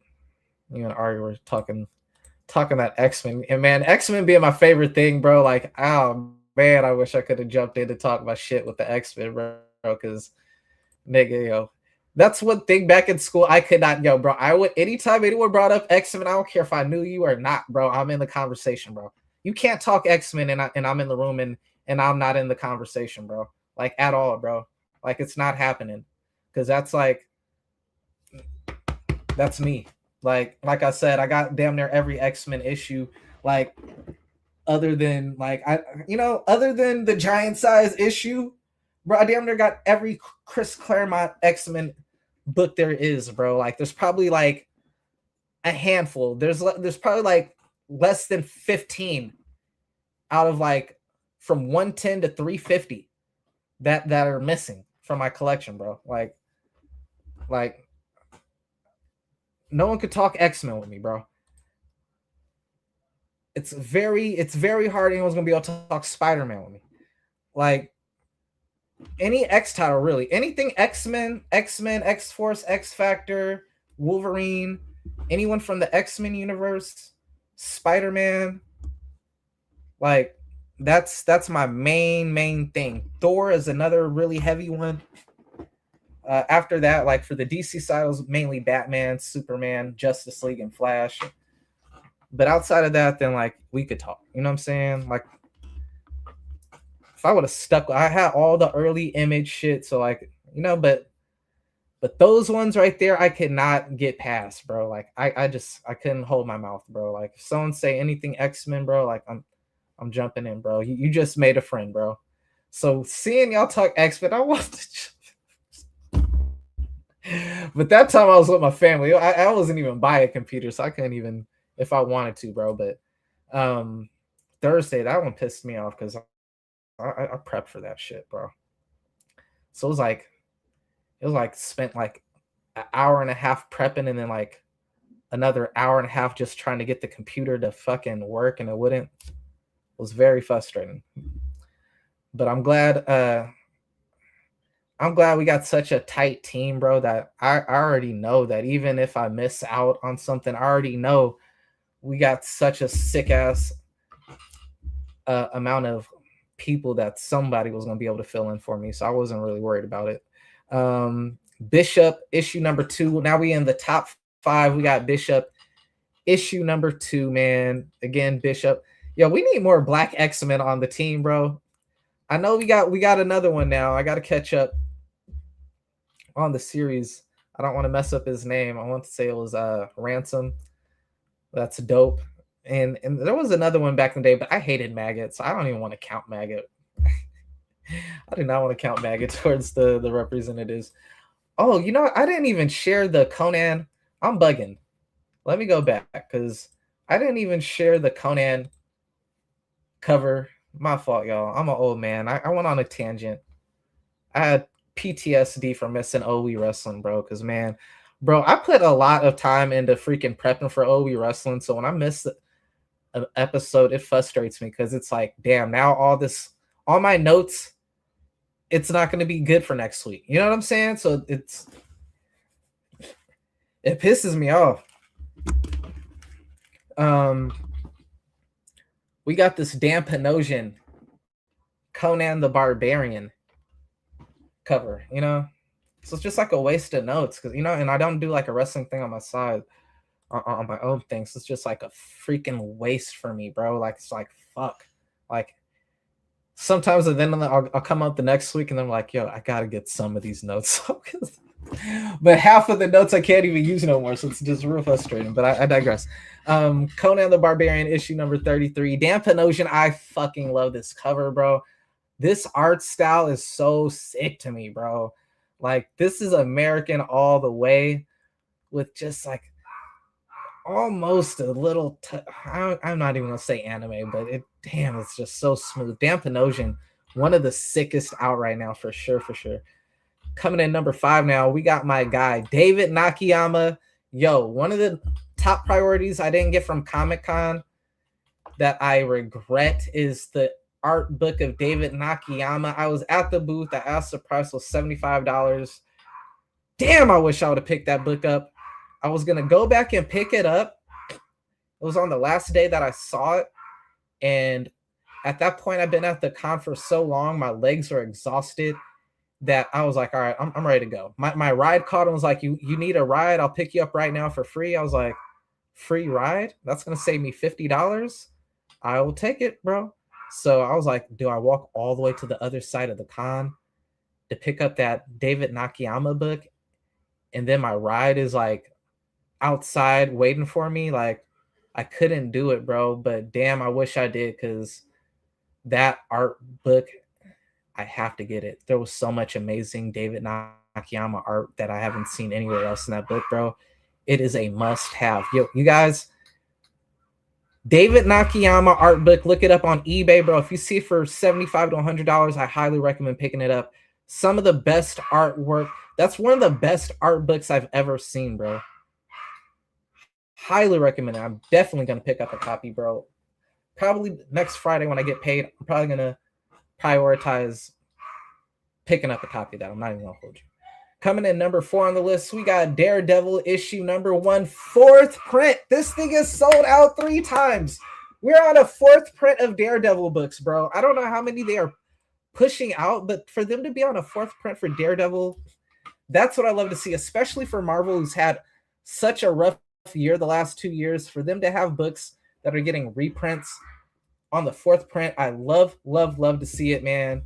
You guys go. Yo, I ain't gonna hold you. I'm not a big advocate for 2nd, 3rd, 4th prints as far as like for my personal collection, unless it's like the artwork is really sick, because I don't think it's never gonna hold the same value as the 1st print. So you always want to try to prioritize 1st print if you can. But man, a cover like this, yeah, I'm grabbing that. I'm grabbing that for sure. We getting into the big 3 territory. Thank you to everybody who's tuned in, held me down for this time, bro. We got Diablo, Dawn of Hatred, issue number 4. I've never been a Diablo fan or advocate. I'm very familiar with Diablo. Back in the day in school, I remember like the small gothic group in like the, you know, like the PC gamer small community. They were heavy on this game. This was like their bread and butter. Diablo was king to them. So I'm familiar with it, but I was never one who was into it, coming from like a really heavily religious family. Like, it was one of the IPs I just couldn't never really follow. Like, I would have probably lost everything if I got into Diablo. No exaggeration, because I had to start my whole comic book collection over at one point back in like the 6th grade. Everything from the 3rd grade to the 6th grade that I accumulated in my collection, my mom pretty much threw away or burned, because I got into Magic the Gathering in the 6th grade. And when she saw those cards and how like demonic some of those cards and stuff look, she's like, oh, you're like becoming devil worshipped and all that stuff. And she just went on a real religious crusade at that time, and just basically got rid of like hundreds of my comic books, bro. Like, some of the books I never even were able to recoup and get back. You know, the only thing she let me keep back then was like my but like so much of my stuff she like got rid of, bro. And so I have to go back pick up a lot of my stuff. There's still books like to this day, like I just can't get back because like back then I paid $1 to $2 for it. Now it's like $40 to $200 depending on the book, you know. But yeah, this artwork I can't deny that is just amazing, bro. That looks amazing to me. Coming in, we got the runner up for best variant comic of the week, July 29th, 2026. And it goes to Batman, Superman, World's Finest. My guy, get your bars off in the building. I'm not certain if this is Loso or Ari, but yeah, I shouted both of them out at the beginning of the stream. They are pretty much my origin for podcasting. Again, rest in peace to our brother, Dustin Ryder, man. We started off just doing thumbnails and, you know, images. And all right, we got the GOAT, Ari Starks, in the motherfucking building, bro. And make sure, again, follow my boy Ari Starks, TikTok, YouTube, fucking, I'm not sure if he's on Kick yet, Twitch, bro. My guy is fucking crushing it, bro. Again, my origin came from Ari Stark, bro. That was my guy. Him, Loso, pretty much my introduction to podcasts. Me and my boy Dustin started doing this thing called Bash at the Beats and Top 10. Before it was called This Week's Comics, it was called Top 10. And he passed away a few months after we got started. I was not consistent at all. And honestly, it would be even worse than I described to my boy Frost with doing like prep for OE wrestling. Like, because with OE wrestling, usually I take like a day before and I'll prep for like about 2 hours or so. And then the day of, I'll prep like another 2 hours I have from when I get off work till the show starts. So about 4 hours of prep in total. So when I miss a show, bro, I lose my shit because it's like 4 hours of work and I don't even get my bars off. No pun intended, you know? It's even worse when I'm not able to do one of my top 10 or this week comics. I missed like 3 months. It's a miracle my computer's working right now. I need a new computer. I've had this computer for like 10 years. But the prep for that takes even longer than the prep work for OE wrestling, bro.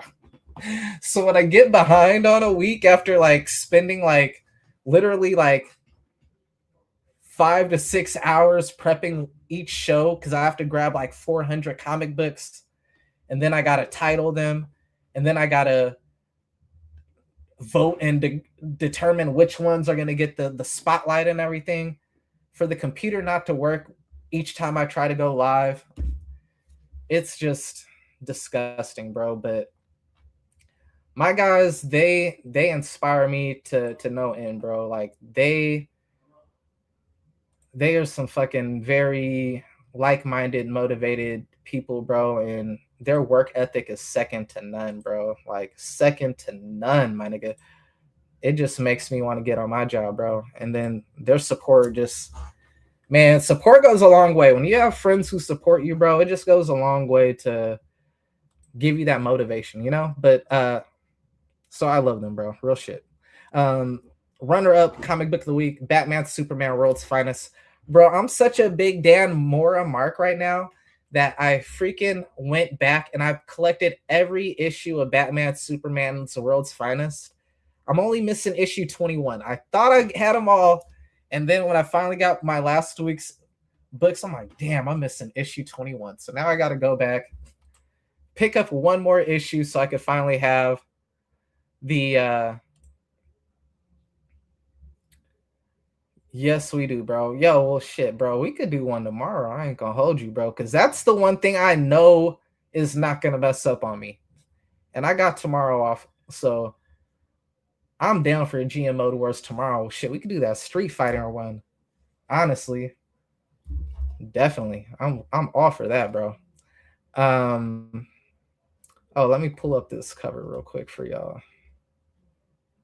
Batman, Superman's World Finest. But yeah, I am such a big Dan Mora mark. So I know he also worked on Justice League Unlimited. I'm only missing 2 issues of that.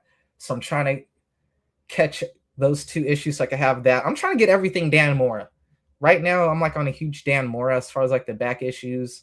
I know he has another book as well that's like an original book that he's working on that's getting a lot of praise as of late.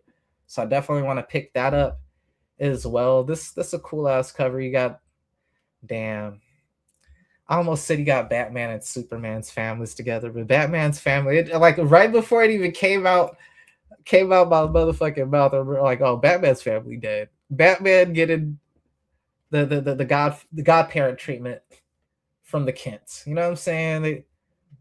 That's a very warming cover, man. Damn, I feel bad for Batman. I feel your pain, Bats. I feel your pain, brother. It's gonna be okay, brother. R.I.P. to Martha and your father. I forgot the father's name. R.I.P. to the father. But nah, man, it is time, you guys, for the best cover, July 29th, 2026.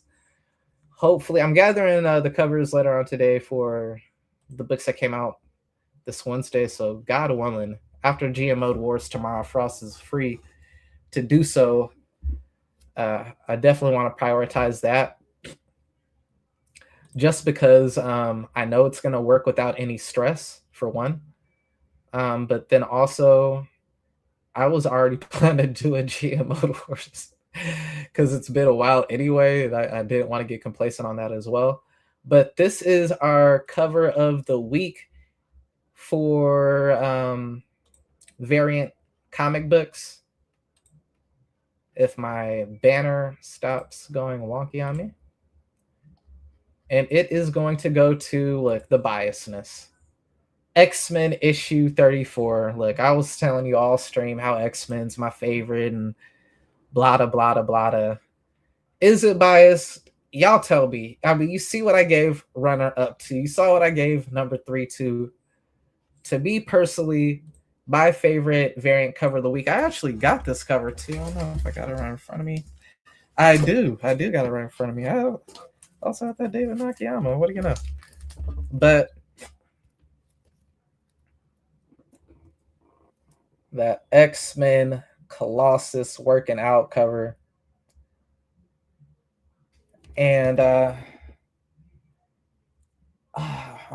forgetting his first name, but Lozano. I want to say it was Jonathan Lozano. But yo, I am loving his X-Men covers, bro. The Rogue, the Storm, the Wolverine, the Colossus. He is knocking these out the park. This is what we need, Marvel. We need more of these superstar artists, bro, gracing us with fire covers and everything to get y'all back in the game, bro, because y'all been hurting. Can we please, for the love of God, let my boy Spider-Man have like some happiness in his life, bro? Can we reset Spider-Man? Get him and MJ back together, bro. Reset the Spider-Man, bro. Y'all made my guy too miserable. Bro. Like, I don't recognize this Spider-Man. This is not the Spider-Man I grew up with, bro. My guy does not need to be that miserable. And yo, shout out to Spider-Man, by the way, doing damn near $1 billion its first week in the box office. This has been a huge month, or a huge year, rather, for movies in particular. Best year for movies since COVID, since the COVID era. Man, you've had like almost 6 movies that hit like damn near $1 billion in their first week. You had the Minions, Toy Story, Spider-Man, The Odyssey, Michael. There's another one I forgetted. So man, yeah, it's just been a really good year since 2019. The box office hasn't had a year like this in quite some time, which is so dope to see. Because it says, just like with the comic industry booming, to see the movie industry and the motion picture industry back on the rise is just a beautiful thing to see. It means more people going back, picking up these comics and reading comic books.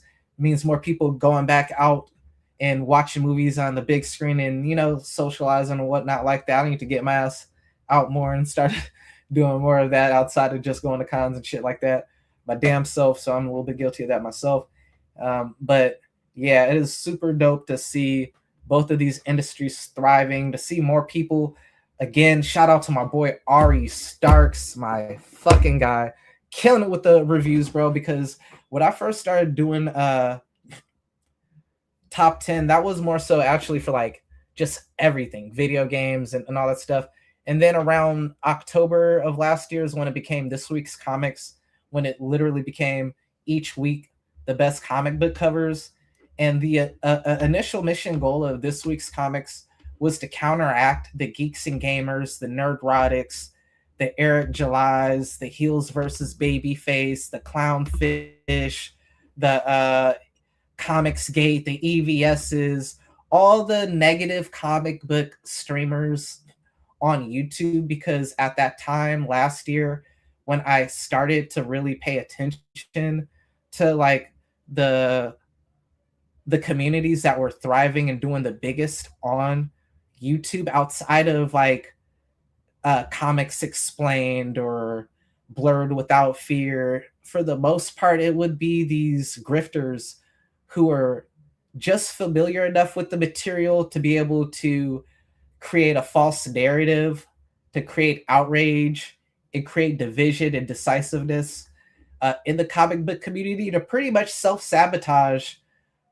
comic book movies or comic books, and just everything was negative, and it pretty much have like an undertone that pretty much centered around anything that wasn't featuring a white person in the predominantly main feature, you know. So if it was anything that had a female lead, even if they were a white female, they would go against it. If it was a black person, an Asian person, a Mexican person, a person religion, LGBTQ, like anything that they could find to use as outrage to pretty much gather like a MAGA-esque type of community to pretty much go against, that was like their thing. And I just was like, nah, bro, we gotta get rid of that in our community. There's no place for that in our community. And then especially when I would see like the anime community, because I'm just as heavy, well, just a little bit less, but I'm almost as heavy in anime. I'm one of the original OG anime heads. Like when I see people talk about anime and they talk about like I'm an old school anime head, those are like people who came like when Dragon Ball, like around the 2000s, 99. Bro, I was watching anime back in like 1996. 1996 when Akira came out and freaking Ninja Scroll came out and Ghost in a Shell came out. I was watching Dragon Ball before there was Dragon Ball Z. Like I remember Goku as a kid before watching Dragon Ball Z. You know, a lot of the people who say they're old school Dragon or anime heads, they saw Dragon Ball Z before they even saw Dragon Ball. Like you weren't necessarily like you like you're the silver age of anime fans. I'm golden age anime fans, like the real first age, like Robotech, Sailor Moon, you know what I'm saying? Astro Boy, you know, like that generation, bro. Like I'm old, you know, I'm 42, so like Rama and a half and that stuff, you know, like so when I would see these anime podcasters and streams, it's all positive, bro. It's all positive. Fan theories, reviews, what's coming up, what to look forward to, hype, favorite battles, theories, fiction, you know? And then I'd see the comic stuff and it'd just be all negative stuff. So it was just like, bro, let me see what's out there. And then I'd see just how much good materials out there. There's so much good material that I have to just narrow it down to 20. Because honestly, if I broke down every comic book title that comes out a week, just the good ones, I'd at least have to do about 50 books. It would take about 4 hours to do. So like it takes me almost an hour to 2 hours to do 20. So to do yeah, it'd be insane, you know? So I'm seeing a lot more people who are just, and I'm not saying I started it or whatnot, but maybe my algorithm just starts showing me more people, you know, because like, all right, now we see like you're more into like the positive stuff. But yeah, it was just to counter that because it's like people complain, oh, the anime industry's killing the comic book industry and we're the ones who influence them. But I'm like, bro, you divide the comic book industry with all this. You hijack the word woke to use this outrage for your grift to divide the comic book community to such a detriment that you're sabotaging Supergirl. Is a good movie to me. And what do I know? I've only been reading comic books since 1991, but and I only got my degree in fucking making media, like, you know, and working in television and animation, bro. Like, I only got books and read books like the how to film, you know, I only done videography and motion graphics. But please, guy who's never went to school for any of this or any of that, please tell me your expert opinion. Like, shut the fuck up. You know, like, no offense, but shut the fuck up. You don't know what you're talking about. Like, you're just rage baiting. And I see so many people regurgitate those same talking points. A lot of times I haven't even seen the movie. I'd be like, all right, bro, like, we need more people positive covering our stuff. So now that I see the comic industry on the right track, comic books, new comic books sell for hundreds of dollars, sometimes thousands of dollars for a new book, going to second, third, fourth prints for new books. It's a sight to behold, bro. I just hope this fad doesn't die anytime soon because, man, I honestly think the way things are going, that comic books can overtake anime in the next, I'd say within the next year or two. If comic books could stay on the track it is right now with the Absolute universe, and with Absolute Batman getting a cartoon series, with X-Men 97 getting another 2 seasons that's in the pipeline, with Invincible killing it with their whole series and their animation, we might get a Battle Beast, Exquisite Corpse is getting something, Dungeon Crawler Carl is getting adaptations and everything.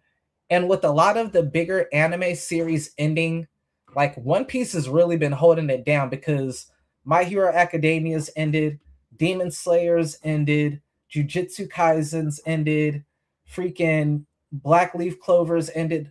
So many of their franchises have come to an end that they're having a hard time finding new replacements. And so at this time where comic books is like really piping hot and rising and getting all these animation adaptations and all these people are starting to speak with such you know, enthusiasm and hype for it and everything, I could easily see comic books retaking its throne at the top of the industry after so long. It's been so long since comic books has overtaken manga because they've really taken over. Even in our home, even in our own backyard, they have taken over for the past decade, if not like the past 15 years, to the point where I'm starting to finally see things come back around to where comic books is starting to overtake the manga. And I love to see it. I love to see it, bro. Like, that's no shade to the manga industry, but like, again, bro, like, it all started with the comic book. Just like anime came from Disney, it was inspired from Disney.